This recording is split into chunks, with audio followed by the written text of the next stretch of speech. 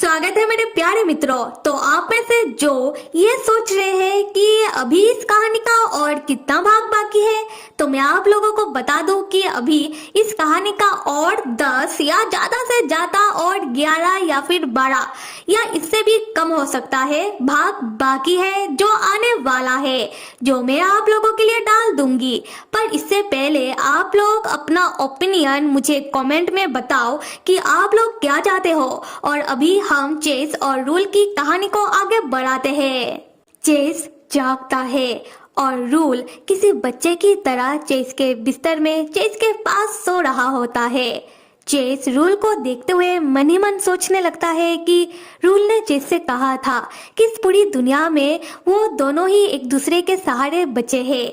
फिर चेस को याद आता है कि कल रात रूल किस तरीके से रो रहा था। रूल अपना आंसू पोंछ तो रहा था पर उसका आंसू थमने का नाम ही नहीं ले रहा था, जिससे चेस को अंदर ही अंदर बुरा लग रहा था कि चेस के कारण रूल रो रहा है।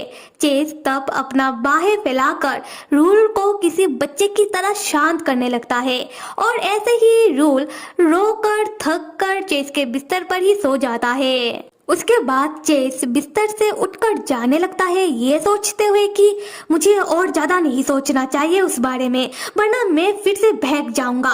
उसी वक्त रूल भी जागता है और चेस का हाथ पकड़ लेता है, जिससे चेस घबरा जाता है। रूल चेस से कहता है कि गुड मॉर्निंग। चेस कहता है कि अभी तक सुबह भी नहीं हुआ है। रूल कहता है कि फिर भी गुड मॉर्निंग। उसके बाद रूल चेस को बताता है कि मैंने अभी एक बहुत ही अच्छा सपना देखा है। फिर रूल भी उठकर बैठता है और स्मोक करने लगता है। चेस रूल को गौर से देखने के बाद रूल से स्मोक मांगता है। रूल तब अपना झूठा स्मोक ही चेस को देने लगता है, जिससे चेस कहता है कि तुम्हारा झूठा नहीं, मुझे नया चाहिए। रूल कहता है कि माफ करना, पर फिलहाल मेरे पास ये एक ही है। चेस तब रूल का वही झूठा स्मोक ले लेता है और उसी स्मोक को स्मोक करने लगता है, पर चेस को स्मोक का टेस्ट पसंद नहीं आता। चेस कहता है कि छी, कितना अजीब सा टेस्ट है, तुम ऐसे स्मोक कैसे कर लेते हो। रूल कहता है कि सारे स्मोक का टेस्ट एक जैसा ही होता है। चेस कहता है कि मुझे नहीं करना, लो पकड़ो तुम्हारा स्मोक। रूल जैसे ही अपना हाथ आगे बढ़ाता है, चेस रूल जिस तरीके से अपनी हथेली से स्मोक को बुझाता है, चेस बिल्कुल ऐसे ही रूल का हाथ पकड़ता है और रूल के हथेली में ही उस स्मोक को बुझाकर फेंक देता है, जिससे रूल चौंक कर अपनी हथेली की ओर देख रहा होता है और चेस कोई भी जवाब नहीं देता। चेस तब कहने लगता है कि बाहर बर्फ गिरना रुक गया है। उसके बाद चेस अपने मुद्दे में आता है और रूल से कह रहा होता है कि रूल, तुमने कहा था ना कि जब डॉक्टर आएंगे वो मेरा चेकअप करेंगे, उसके बाद उनसे सलाह मशवरा करने के बाद हम तय करेंगे कि इस डिवाइस को निकालना कब है। पर इससे पहले मैं चाहता हूँ कि तुम ब्राउन कंपनी के सारे बोर्ड ऑफ डायरेक्टर को घर में बुलाओ, मुझे उनसे काम के बारे में जानना है और मैं सबको अनाउंस करना चाहता हूँ कि मैं बहुत जल्दी ही कंपनी को ज्वाइन कर रहा हूँ। ये सुनकर रूल चौंक जाता है। रूल चेस से बस ये पूछता है कि चेस, क्या तुम अभी कंपनी ज्वाइन करना चाहते हो? पर ये सही नहीं रहेगा। पर चेस नहीं मान रहा होता।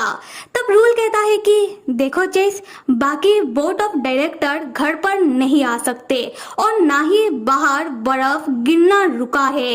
ये सुनकर चेस पूछने लगता है कि रूल कहना क्या चाह रहा है। उसके बाद रूल चेस को स्टडी रूम में लेकर आता है और चेस को ब्राउन कंपनी का पिछले 3 सालों का प्रोग्रेस फाइल देता है, जिससे चेस कह रहा होता है कि लगता है कि तुमने इसका तैयारी बहुत पहले से करके रखा है। रूल बस इतना कहता है कि चेस पढ़ो इसे। चेस जैसे ही अपनी कंपनी का प्रोग्रेस फाइल पढ़ने लगता है, चेस को तब बहुत गुस्सा आ रहा होता है। चेस गुस्से में फाइल को पटकता है और कहने लगता है कि क्या है ये सब, क्या वो लोग कंपनी का खून चूस रहे हैं? ऐसे तो कंपनी बर्बाद हो जाएगा। क्या उन लोगों को जरा सा भी डर नहीं है कि इसका नतीजा उन लोगों को भी भुगतना पड़ सकता है? रूल तब स्मोक करता हुआ चेस से कहता है कि हाँ, उन्हें डर नहीं है और देखा ब्राउन कंपनी में कैसे कैसे लोग रहते थे। रूल कहता है कि जब ब्राउन कंपनी के मालिक और मालकिन ब्लास्ट में गुजर गए और कंपनी का एक लौता उत्तराधिकारी यानी कि चेस हॉस्पिटल में कोमा में था, तब मीडिया वाले इस इंसिडेंट के पीछे हाथ धोकर पड़ गए और साथ में कंपनी के जितने भी शेयर होल्डर थे वो सब पैनिक करने लगे कि अब उनके पैसों का क्या होगा।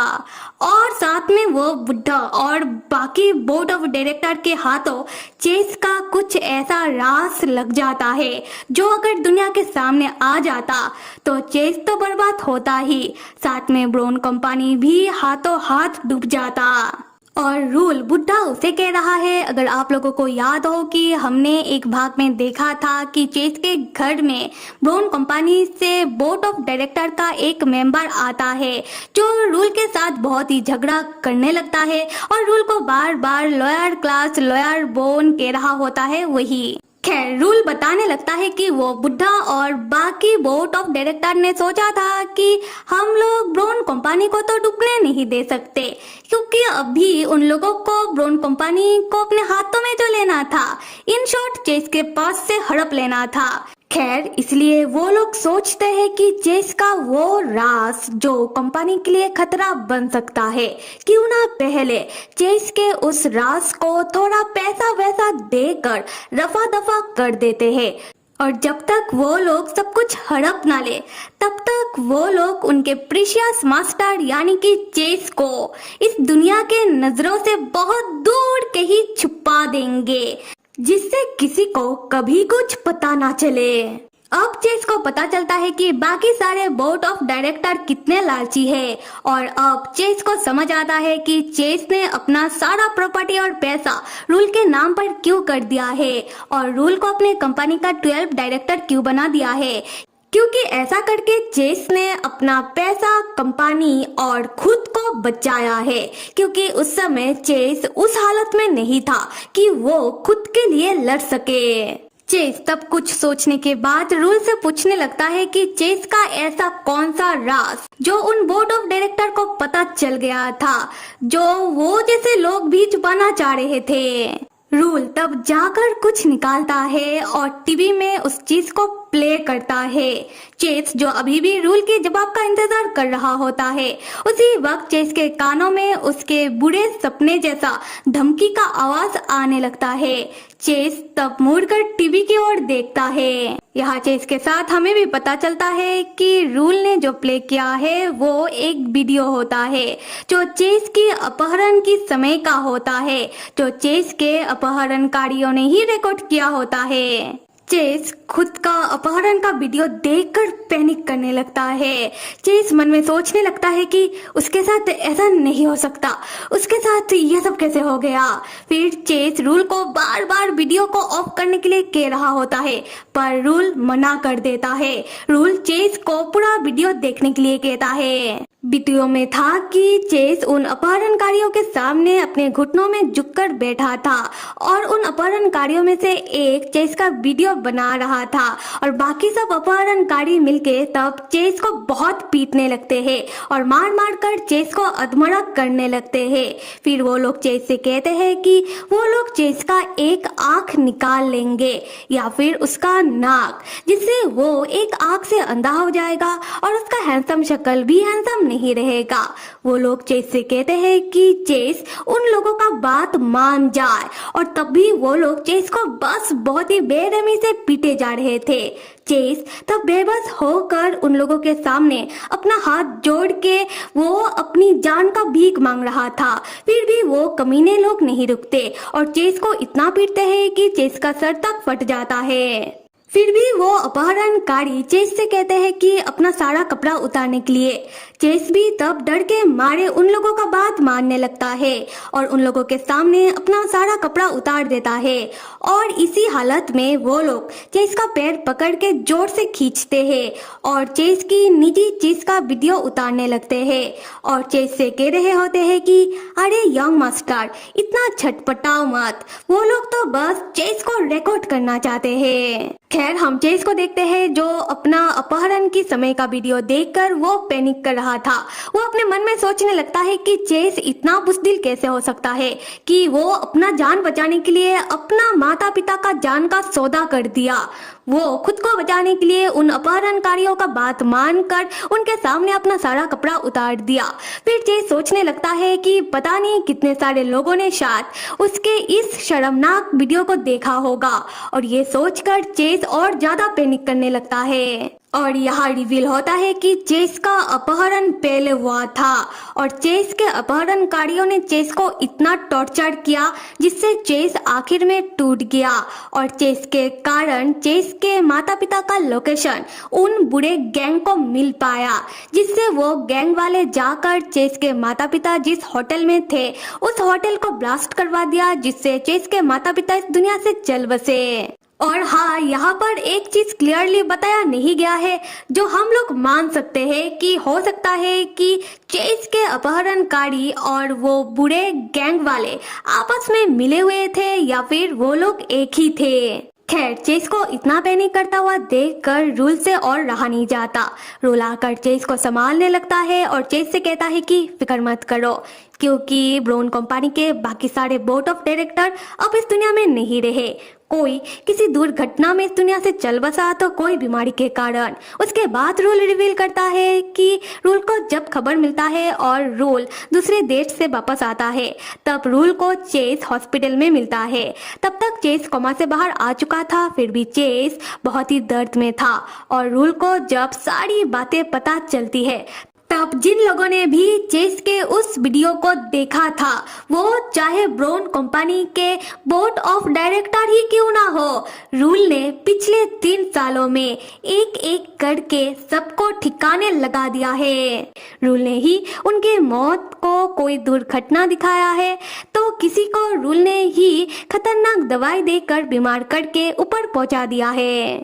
और जिन लोगों ने चेस का अपहरण किया था, रूल ने उन्हें भी ढूंढ निकाला और गायब कर दिया इस दुनिया से हमेशा हमेशा के लिए। उसके बाद रूल बताने लगता है कि उस हादसे के बाद से चेस मानसिक तनाव में रहने लगा। वो गिल्ट में था, वो डरा हुआ था कि पता नहीं जिन लोगों ने चेस के उस वीडियो को देखा वो लोग चेस के बारे में क्या सोच रहे होंगे। अगर क्या हो कि चेस का वो वीडियो किसी दिन पूरी दुनिया के सामने आ जाए। और ये सोच सोच कर चेस सो नहीं पा रहा था, उसे बुरे ख्वाब आने लगे। और फिर चेस एक दिन परेशान होकर अपनी उन बुरी यादों को मेडिटेट से मिटा देता है। फिर रूल कहता है कि बस वो बुढ़ा ही बाकी था जिसको चेस के इस वीडियो के बारे में पता था, और रूल ने उस बुढ़े को भी कुछ दिनों पहले ठिकाने लगा दिया है। उसके बाद रूल इस वीडियो का रिमोट उठाता है और चेस को बताने लगता है कि चेस के इस वीडियो का जितना भी कॉपीज था रूल ने पहले ही उन सारी कॉपीज को मिटा दिया है, बस ये एक ओरिजिनल कॉपी रूल के पास बाकी था। ये कहने के बाद रूल उस कॉपी को भी चेस के सामने हमेशा हमेशा के लिए मिटा देता है। उसके बाद रूल चेस से कहता है कि चेस अब ये वीडियो बस मेरे दिमाग में ही बाकी रह गया है। उसके बाद रूल कहता है कि ये जो घर है जहाँ अभी चेस और रूल रह रहे हैं, रूल ने बताया था कि ये घर चेस का है। चेस को ये बात याद तो है ना? चेस हाँ में जवाब देता है। रूल कहता है कि ये घर असल में रूल के लिए कोई घर नहीं है, बल्कि उसके लिए तो उसका कब्र है। क्या कभी भी चेस ने सोचा है कि पूरी दुनिया छोड़कर इतनी दूर पहाड़ी के ऊपर इस घर को बनाया क्यों गया है? ऐसा इसलिए कि जब किसी दिन चेस को सब कुछ याद आ जाए तब वो आखिरी इंसान जिसको चेस का राज उस वीडियो के बारे में पता हो, यानी कि रूल, चेस रूल को खत्म होने के लिए कह सके, तब रूल भी बेझिझक इस पहाड़ी के ऊपर से कूद जाएगा। क्योंकि रूल चेस की हर एक आदेश को खुद से पहले रखता है। और दूसरी तरफ हम चेस को देखते हैं, पैनिक के कारण उसके आंखों से आंसू बह रहा होता है। चेस तब अपने आंखों का आंसू पोंछता है और जाकर रूल को एक टाइटली हग करने लगता है। चेस अपने मन ही मन सोचने लगता है कि क्या यहाँ पर घर सिर्फ इसलिए बना है कि चेस रूल को अपने पास रख सके और बाद में रूल से ऐसा कुछ करने के लिए कह सके। फिर चेस सोचता है कि रूल कैसे चेस के लिए इतना सहानुभूति रख सकता है, कैसे रूल चेस से इतना प्यार कर सकता है। सीन शिफ्ट होता है और हम देखते हैं कि चेस और रूल फायर प्लेस के पास बैठे हुए थे, जहां चेस को इतना ठंड लग रहा था कि वो कंबल ओढ़ कर बैठ जाता है। फिर बातों ही बातों में चेस रूल से पूछने लगता है कि क्या सच में चेस के पास उसका कोई फोन था जिसमें चेस की मॉम का आखिरी वॉइस रिकॉर्डिंग था। रूल कहता है कि हाँ, और रूल ने ही चेस के उस फोन को छुपा दिया है क्योंकि रूल नहीं चाहता कि चेस अपनी मॉम का उस रिकॉर्डिंग को सुने। चेस अपना सर हाँ में हिलाता है और मनी मन सोचने लगता है कि चेस समझ सकता है। पक्का उस रिकॉर्डिंग में चेस की मॉम ने कहा होगा कि वो अपनी नालायक, कायर और बुज़दिल बेटे से कितना नफरत करती है। वो पक्का अपना और चेस की पिताजी का इस दुनिया से चल बसने का सारा दोष चेस को ही ठहरा रही होंगी। फिर चेस ये सोचकर उदास होने लगता है कि उसे तो अपने मॉम के बारे में भी कुछ याद नहीं कि वो दिखने में कैसी थी। फिर चेस अपने मॉम के बारे में याद करने लगता है, पर उसे साफ साफ कुछ भी याद नहीं आता। रूल चेस को ऐसे उदास देखकर चेस के पास आता है और चेस का नाम लेता है, चेस। चेस जैसे ही रूल की ओर देखता है, रूल चेस के होठों में किस करने लगता है। फिर चेस के होठों को बाइट करता हुआ कहता है कि भूल जाओ सब कुछ और सिर्फ मेरा छूना एहसास करो। चेस हाँ में जवाब देता है। उसके बाद रूल और चेस के बीच वही हद पार वाली रोमांस शुरू हो जाता है। यहाँ से सीन शिफ्ट होता है और हमें दिखाया जाता है कि बहुत दिन बीत गया है और चेस खिड़की के पास बैठकर स्मोक कर रहा होता है। यहाँ हमें समझ आता है कि रूल के साथ रह रहकर चेस भी अभी स्मोक करना सीख ही गया है। खैर, चेस तब मन में सोचने लगता है कि कितना दिन बीत गया है, अब तो मैं गिनती करना भी भूल गया हूँ। जब सिर्फ इस खिड़की में से सुबह का रोशनी अंदर आता है, तभी मुझे समझ आता है कि समय बीत रहा है, समय रुका हुआ नहीं है। पर पता नहीं क्यों इतने दिनों से बाहर ये बर्फीला तूफान बंद होने का नाम ही नहीं ले रहा। ऐसे मौसम में तो मैं बाहर नहीं जा पाऊंगा। उसी वक्त रूल चेस के पीछे से आता है। चेस रूल को देखकर सोचने लगता है कि अब मैं जब भी रूल को देखता हूँ तो ऐसा लगता है कि सच में रूल मेरा कोई कैदी है जिसको मौत का सजा होने वाला है, और पता नहीं रूल अब मुझसे हमेशा एक ही बात क्यों करता है। तब हम देखते हैं कि रूल चेस से बात करने लगता है। रूल कहता है कि जब रूल इस दुनिया में नहीं रहेगा, क्या चेस रूल के कब्र में फूड चराने आएगा। तब चेस इरिटेट होकर कहता है कि हाँ आ जाऊंगा, बताओ तुम्हें कौन सा फूल पसंद है। रूल मुस्कुराते हुए कहता है कि रूल तो इस बात से ही खुश है कि चेस एटलीस्ट आएगा तो सही। चेस तब मन में सोचने लगता है कि चेस को पता है कि इन सारी चीजों का अंत बहुत जल्दी ही हो जाएगा। जैसे ही बाहर बर्फ गिरना थम जाएगा, सब कुछ ठीक हो जाएगा। अगले सीन में हम देखते हैं कि चेस अकेला सीढ़ियों से ऊपर जा रहा होता है। तब चेस को सामने रोज़ली दिखाई देती है और यहाँ मैं बता दूं कि चेस रोज़ली का जितना भी बुराई कर ले, अभी उन दोनों के बीच एक अच्छा दोस्ती हम देख सकते हैं, राइट। खैर, हम कहानी में वापस आते हैं। चेस देखता है कि रोज़ली सामने की दीवार पर अपना सर पीट रही होती है। चेस कहता है कि हे रोज़ली, ये तुम क्या कर रही हो, जाओ जाकर अपना काम करो। पर रोज़ली नहीं सुन रही होती है। वो तब और ज्यादा जोर जोर से अपना सर पीटने लगती है। फिर वो अपना सर 360 डिग्री एंगल घुमाने लगती है और तभी उसका सर टूटकर गिर जाता है। ये देखकर तो चेस डर के मारे उसका बुरा सपना टूटता है और चेस सपने में से जागता है। और इतना बुरा सपना देखने के बाद चेस बहुत घबराने लगता है। रूल तब उसके पास ही सो रहा था। रूल भी तब जागता है और चेस को ऐसा हालत में देखकर चेस को हक करके रूल शांत करने लगता है। खैर, जब चेस थोड़ा शांत होता है, वो रूल से पूछने लगता है कि रूल ने चेस से कहा था कि रूल चेस के लिए अपना जान दे सकता है, पर जान देने की कोई जरूरत नहीं है। रूल, क्या तुम मुझसे कुछ और मांग नहीं सकते हो? क्या तुम्हें सच में यही चाहिए? रूल कहता है कि हाँ, उसे शुरू से यही चाहिए। चेस कहता है कि मुझे पता है कि अब तुम्हारा जवाब क्या होगा, पर फिर भी मैं तुमसे और एक बार पूछ रहा हूँ। रूल, कल को क्या हम दोनों एक साथ इस पहाड़ी से उतरकर नीचे नहीं जा सकते? तब चेस अपने मन ही मन सोच रहा होता है कि अगर सच में रूल नहीं रहा तो जब चेस अपने बुरे सपने से जागेगा तब चेस को कौन संभालेगा। रूल चेस को अपना जवाब देता हुआ कहता है कि नहीं, तुम अकेला जाओ और चेस तुम मेरी बातों को समझो। फिर रूल कहता है कि रूल अब थक चुका है, उसे ये सब यही रोकना है। उसके बाद रूल चेस को हक करने के लिए कहता है। चेस जैसे ही रूल को हक करने वाला होता है तब वही प्लेस जिस प्लेस से चेस पहले भागने की कोशिश किया था और रूल ने उस प्लेस को टाइटली बंद करके रखा है।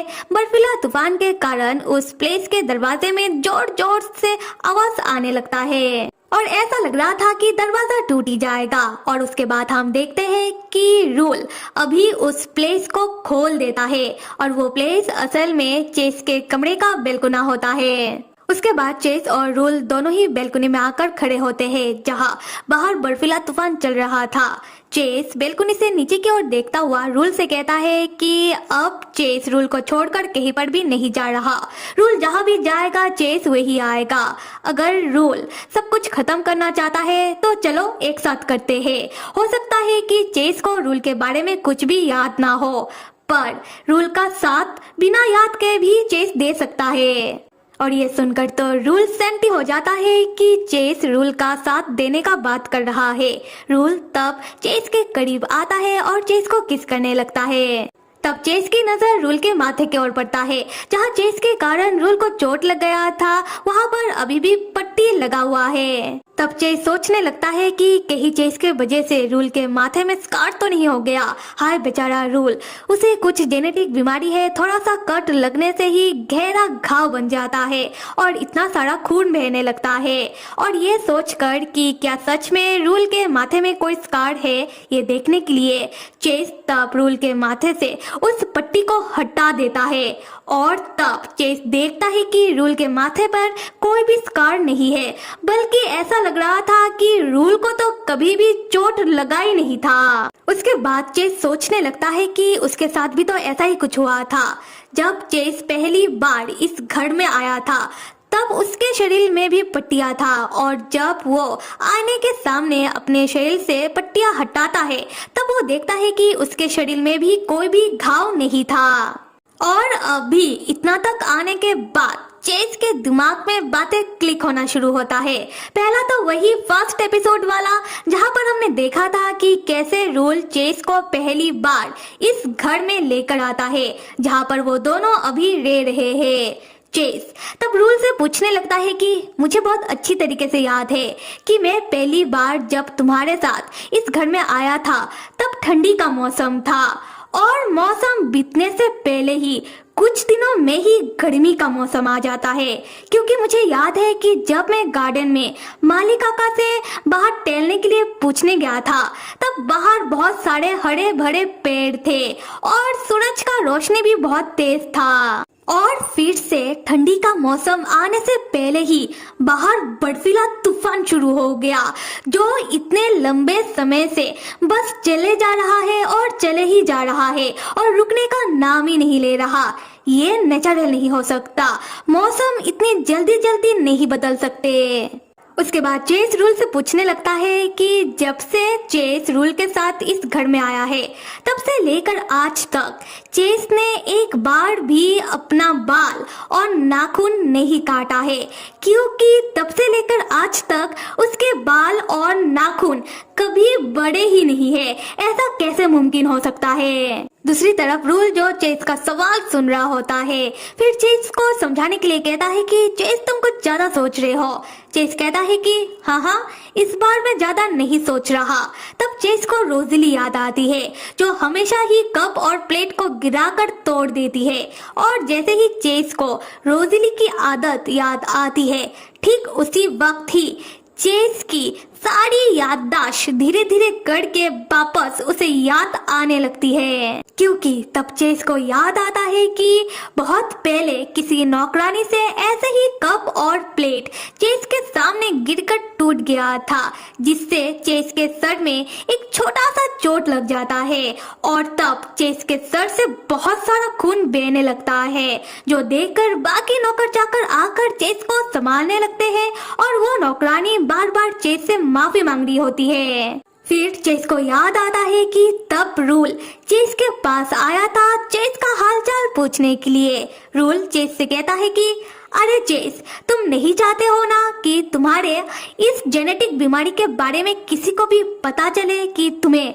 थोड़ा सा भी कट लगने से बहुत ज्यादा खून बहने लगता है। तुम फिक्र मत करो, तुम सब कुछ मेरे ऊपर छोड़ दो, मैं सब कुछ संभाल लूंगा। उसके बाद चेस को याद आता है कि कुछ दिनों बाद रूल फिर से चेस के पास आता है और बहुत ही एक्साइट होकर चेस को बताने लगता है कि चेस, मैंने तुम्हें कहा था ना कि मैं सब कुछ संभाल लूंगा।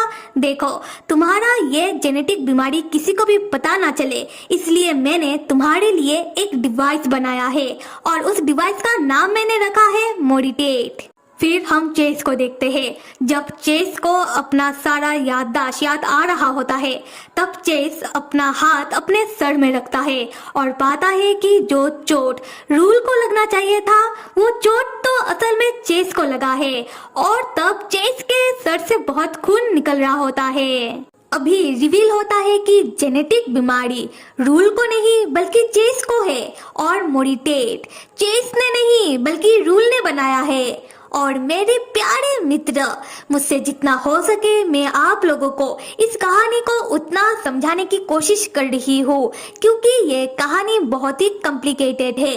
तो अगर आप लोगों को थोड़ा सा भी मेरा एक्सप्लेनेशन पसंद आ रहा है तो लाइक, सब्सक्राइब और कमेंट कर दो। Till then stay with me and see you.